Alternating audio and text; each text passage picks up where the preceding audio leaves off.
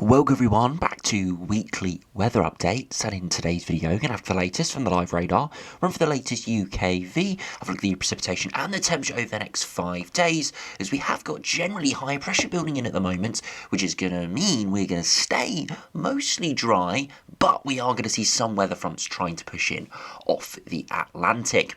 But those sort of Atlantic weather fronts are going to disintegrate come the middle of the week.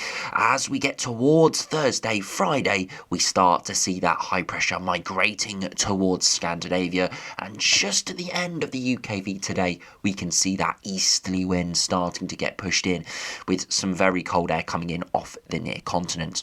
Now at the moment, as we'll see from the longer range charts, the initial easterly is cold, but it's nothing notable. It's nothing out of the ordinary. Upper air temperatures down towards the -5 to -8 area. So cold enough for some snow potentially, cold enough for widespread frosts overnight, and cold enough for daytime temperatures around the low single digits. However, the big thing about this easterly wind is it looks very prolonged. It looks like the first 10 days or so of February, we're going to get dominated by this easterly wind, and perhaps towards the middle portion of the month, we could see something a little bit more notable, perhaps a larger pool of very cold air getting pushed out to the Arctic, heading our way. There are fairly strong hints today from some of the operational runs and the ensembles for perhaps a greater depth of cold around the middle of the month, perhaps coinciding with Valentine's Day typically. So we'll have to wait and see, but at the moment it looks like it's going to turn much colder this week, with the risk of something quite a bit more severe as we do head towards the middle of the month. So do remember, if you enjoy my videos, do like and subscribe.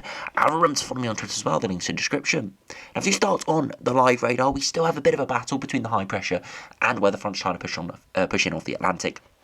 We've got the high pressure dominating for much of England or Wales, but you can see this area of lighter rain and thicker cloud. That's a weather front that's tried to move in from the west over this weekend, but really come up against that big block of high, and it's disintegrated away. You see a bit of drizzle still remaining with this. We're going to see a couple more attempts from similar weather fronts like this over the next few days, and some of them are going to have a little bit more success pushing rain into the east. But we're not expecting anything too major, just some lighter rain perhaps at points. In between that, plenty of sunshine, especially in England today. You've got lots of sunshine out there, quite a harsh frost this morning, but as expected, it's winter months. Anytime we get clearer skies with a remotely cold air mass, we are going to see those temperatures plummet. And that's exactly what we've seen, and we'll probably continue to see during this week. And then there'll be more cold weather later on, perhaps widespread frosts and widespread cold days. Now this afternoon, you can see it's not a cold day, but it's not a particularly mild day. It's one of those where we've got lots of blue skies, lots of sunshine, especially across England and Wales, and that means that the ground temperatures are warming up nicely, getting up towards the mid to maybe high single digits in a few spots. That February sun starting to strengthen allows those temperatures to rise quite a bit more, but as soon as sunset comes, those temperatures will plummet once again this evening in quite a few areas. Again, frosts look likely. Again, all dependent though on where that band of cloud and drizzly precipitation is further northwards and westwards. Now, if you go over to the latest UKV, you can see that rain earlier this morning looks quite ominous there out to the west, but as it moved in up against the high, it disintegrated away and will just bring a bit of cloud and drizzle around. You can see the cloud becomes a bit more extensive this evening, so it could limit those frosts, so we'll have to wait and see for that. And then as we head into Monday, another weather front tries to push in from the west, having a little bit of success in western Scotland, but not too much. And then another cold front pushing in, and you can see this because it's got a squall feature within it through Monday evening. This has a little bit more success pushing eastwards and giving a bit of lighter to more moderate rain through Tuesday afternoon, but once again having very little success considering the size of this frontal system when it was a couple hundred miles further westwards. As it progresses eastwards, loses its intensity quite a bit, breaks through the high temporarily before the high pressure builds back in towards the middle of the week. As you can see, showers only in the north. Starting to turn wintry though, as we do have a bit of a fresher air mass building in. However, look what happens to the direction of the clouds, where they start to move later on in the week. You can see they're coming up from the south, and this is because the high pressure is nudging northwards, and then look into Thursday and into Friday. They actually start to come in from the east. That air starting to push in from the North Sea as we got very cold air starting to nudge in. The risk of some snow showers would start perhaps Friday into Saturday. If we do look at the upper air temperatures, you can see the very cold air is very close by, doesn't fully push in at the end of this UKV run because it is just across the far southeast, starting to nudge in. So I wouldn't be surprised into next weekend we start to see wintry hazards. Not expecting anything too major. We've got higher pressure, so showers won't be as widespread as if we were under an upper trough, for example, like we can see with very strong easterlies. But there will be some showers, there could be some disturbances, there could be some wintriness around. The upper air temperatures aren't intensely cold, so there is a bit of marginality in there, but especially in the east and the south, where the air will be coldest, it is going to feel really cold as we do head into next week and the following week. You can see this also from the dew points. Dew points really starting to drop, even when the upper air temperatures are actually fairly mild, and that's because the air's coming in from the near continent, so regardless of the actual upper air temperature, it is a very dry air mass, which means those dew points are very low, increasing the risk of wintriness coming out of the sky. Now, do look at the 2 metre temperatures. You can see it's very up and down week. Frost in the east this morning. This afternoon, as I said, mid to maybe high single digits, so generally hovering around average for a February day. And then you can see as we head into Monday, a frost in the far east, and wherever we get clearer skies, but we've got cloud, holds it in the mid single digits. And then into Monday afternoon, it's a slightly milder day, 8 to 10 degrees. Those upper air temperatures are slightly higher. And then as we progress into Tuesday, still fairly mild with cloud around and some slightly milder upper air temperatures. And the same could be said for Tuesday afternoon, 10 or 11 degrees. But that's really the pinnacle. Into Wednesday, temperatures start to drop through the morning, low single digits. In the afternoon, more down to 5 to 8 degrees. And then slowly into Thursday, look at that very widespread frost there into Thursday morning. Very cold conditions with that dry, cold air mass starting to drift in. By this point, of course, we haven't actually got any proper cold in, just slightly chillier, average to slightly below average air is moving in, very dry, meaning those frosts could get quite harsh. Then into Thursday, temperatures not getting much above kind of 2 to 8 degrees at best. And then into Friday, temperatures plummeting away very quickly there into Friday morning, and expect to see those temperatures not rising much above the mid-single digits on Friday, and then even colder into the weekend and into the following week. So you can see the UKV, we're just about getting to periphery of that easterly wind now, not getting into the sort of the bulk of it, but just starting to see it developing, and you can see how those temperatures do start to really drop away, especially overnight later on in the week. Of course, we are into February now, we're closer to mid-February by the time the easterly properly arrives, so the sun is getting much stronger. So unlike early January or December, we do need a very cold air mass to see those very cold days. Again, an upper air temperature of around -5 in December could produce an ice day, 1-2 degrees maybe at best. But in February, it'd probably be more like 4 or 5 degrees, and that's because the sun is that bit stronger.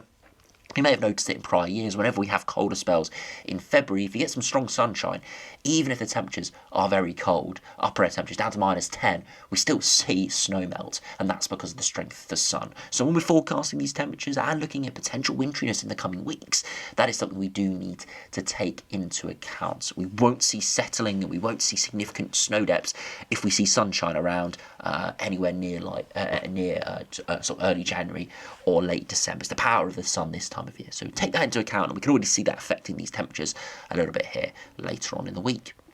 But if we do now go over to the GFS, which has got a lengthy cold spell, and not only is it lengthy, but it turns significant into the longer term, really increasing that depth of cold to our northeast, which is lacking, I must admit, in the next week or so. It's not a particularly major cold easterly. As I said in prior videos, this is no beast from the east, at least initially. It's a cold easterly, below average, a few degrees, 5 degrees below average, and then it could get more notable later on.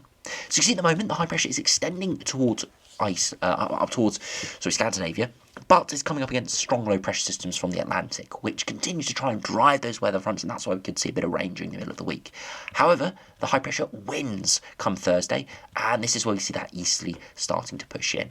If we do put on the upper air temperatures, there is an upper air trough here, and there is a cold pool, but it's nothing too notable. It's, -5 to maybe -10 starts to nudge it. So cold enough for snow, cold enough for overnight temperatures, down to -5 to -10, daytime temperatures 3 or 4 degrees, but not enough to produce widespread, significant, severe cold. I must stress that. We aren't looking at a beast from the east, because I know there will be a lot of people who will inflate an easterly wind, automatic beast from the east. We can see easterlies that are slightly chilly, and then we can see beasts from the east. Anywhere on that spectrum is a possibility, and this easterly is kind of in the middle. It's not nothing, it's going to be cold, but it by no means is severe. You can see beyond that, as we do head into the sort of middle portion of February, we continue seeing those easterly winds, and you can see the cold air mass does get quite significant there, -10 degrees in the east. So it does start to come a bit more notable into that middle portion of the month, and you can see daytime highs not particularly mild, maybe 1 or 2 degrees at best, once that real depth of cold pushes in. And of course, the risk of snow showers as well. Again, is uncertain because of the higher pressure. You can see there is a bit of an upper trough moving in, but we've still got a lot of high pressure around. Showers wouldn't be as widespread as if we saw a proper trough which is sat further southwards. But again, wouldn't be surprised to see some wintry showers pushing in over the coming days, especially down the east coast. You can see a bit more notable snow there across in the near continent. That's because they are much closer to that low pressure system. So again, little alterations could increase the risk of wintriness. But generally we keep that easterly wind. But look where the high pressure is migrating, more towards Scandinavia and Svalbard. And what this means is that intensity of the easterly does start to get higher. Not only is that easterly get stronger, but look at the cold pool to our east. Yes, we could see some temporary milder air mass mixing in at times because of the migrating high, but the depth of cold to our east increases substantially. And that means right at the end of the run, we are potentially going to see those beasts from the east type air masses coming in from the east.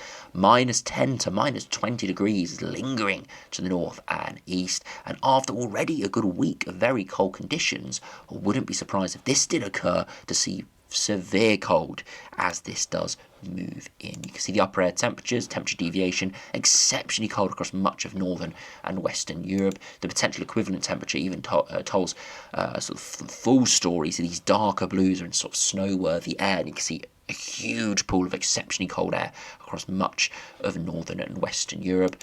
The 2-metre temperatures for the UK would be exceptionally cold. Overnight temperatures widely down to the low minus single digits. Daytime temperatures, look at this, widely around freezing, and we would expect to be seeing some snow starting to develop as well. Again, it's difficult to predict. We've got a lot of high pressure around, so precipitation would be very much convection based, but I would expect to start to see some snow.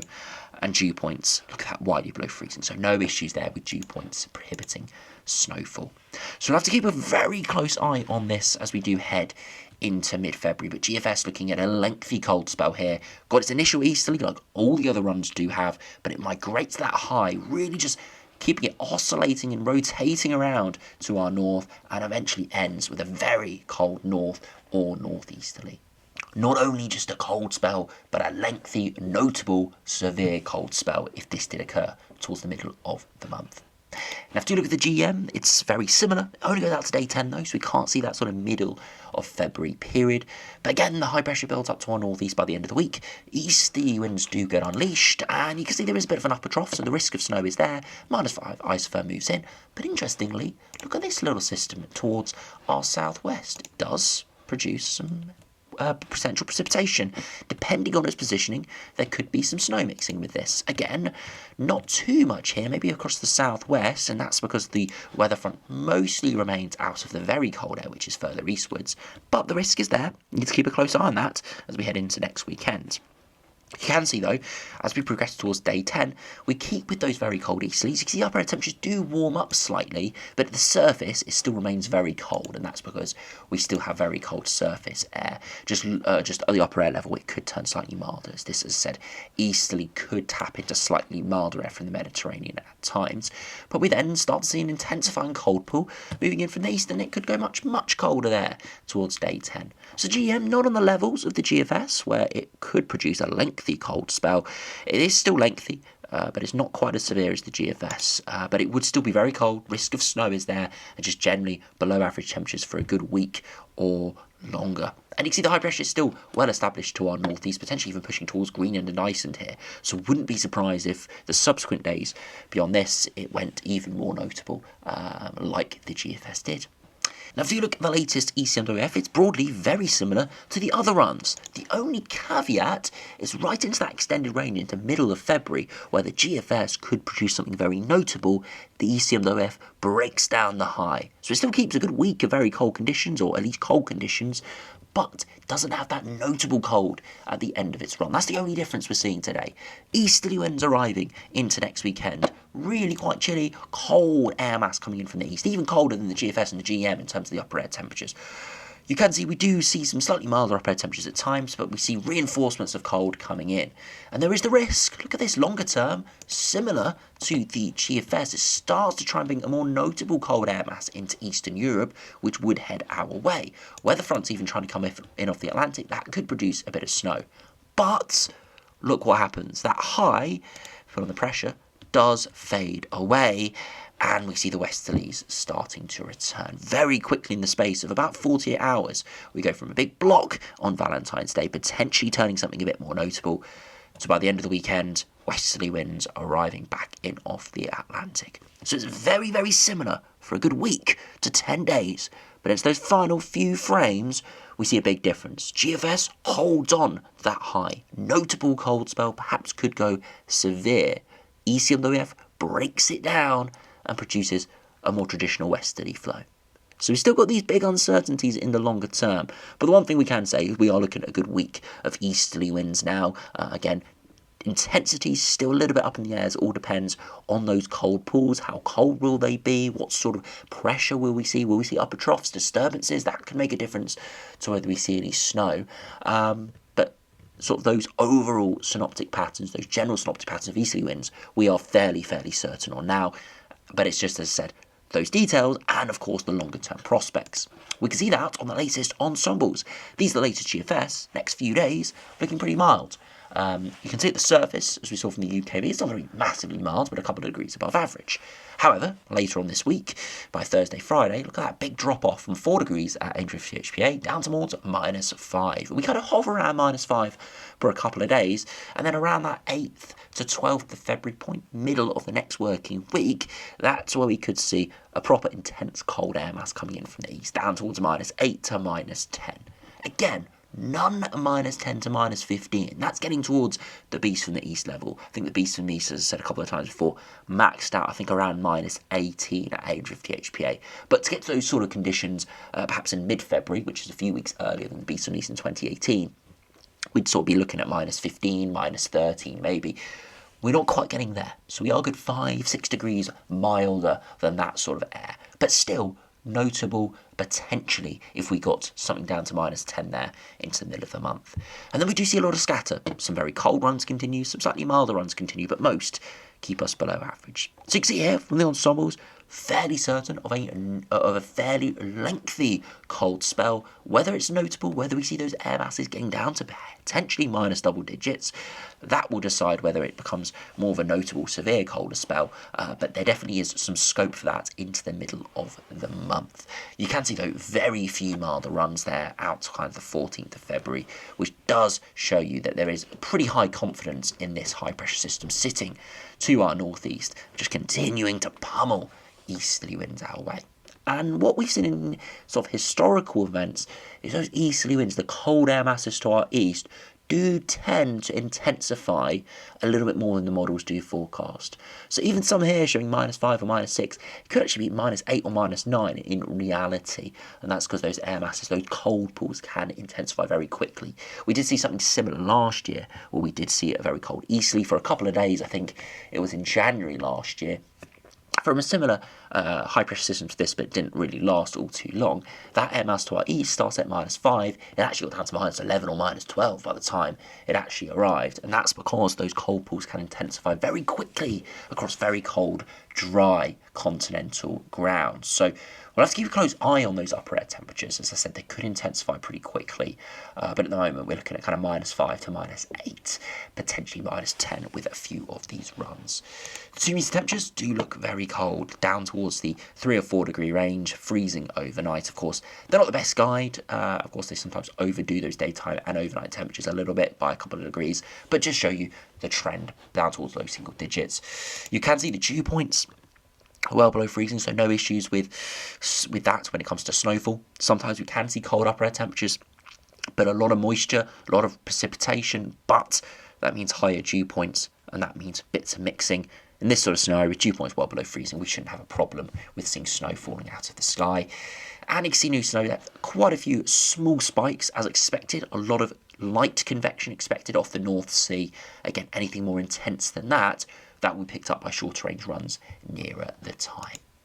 And you can also see high pressure dominant into the longer term. Really no signs of anything low pressure at all. Small dips that go down to maybe 1020 millibars could be signals of slight troughs that could move in. Again, that could enhance any precipitation, and that's something to keep an eye on. But generally, high pressure dominant for much of the next couple of weeks gives you a good idea that that high pressure is going nowhere.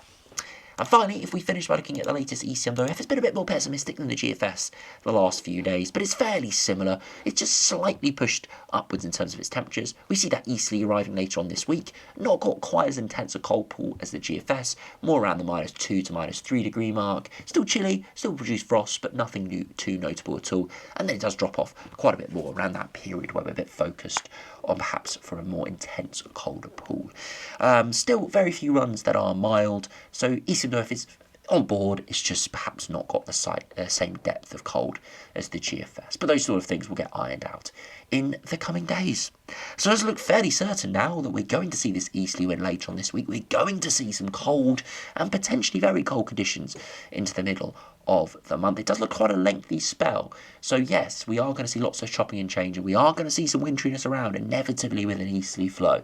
We are going to see some troughs. We are going to see some wintriness. So that's something we need to keep a very close eye on. I think in the next few days, when we get a bit more confidence on some of the cold pools, some areas of convection, some troughs, some disturbances, then we might start to have a look at some of those precipitation charts for the weekend and following week. But for the time being, we'll continue on those synoptic charts, and of course keep an eye on that middle period of the month. As I said, something a bit more intense could be brewing, especially the GFS has shown that the last couple of days, and the ECMWF has shown it in some of the runs. That could provide something a bit more notable and severe as we do head through February. So anyway, thanks for watching, hope you enjoyed, subscribe if you're new, and I'll see you again for another video soon.